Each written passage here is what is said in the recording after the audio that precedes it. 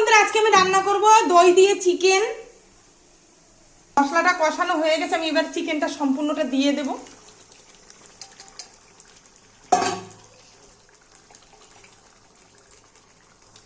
এবার একটু আমি নেড়ে দেবো। হ্যাঁ, নেড়ে আমি একটু ভালো করে কষিয়ে নেব।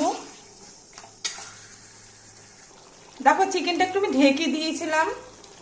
দেখো বন্ধুরা আজকে আমি রান্না করতে যাচ্ছি দই দিয়ে চিকেন। দইটা আমি মাখিয়ে রেখে দিয়েছিলাম ফ্রিজে। দেখো চিকেনটা কষানো হয়ে গেছে, এবার আমি আলুগুলো ভেজে রেখেছিলাম, আলুটা এবার আমি দিয়ে দেবো। দেখো বন্ধুরা আর একটু হলে আমি নামিয়ে দেবো। দেখো বন্ধুরা চিকেনটা হয়ে গেছে, এবার আমি নামিয়ে দেবো। দেখো বন্ধুরা আমি চিকেনটা নামিয়ে দিচ্ছি। তোমাদের যদি ভালো লাগে লাইক কমেন্ট করো, শেয়ার করো। টাটা।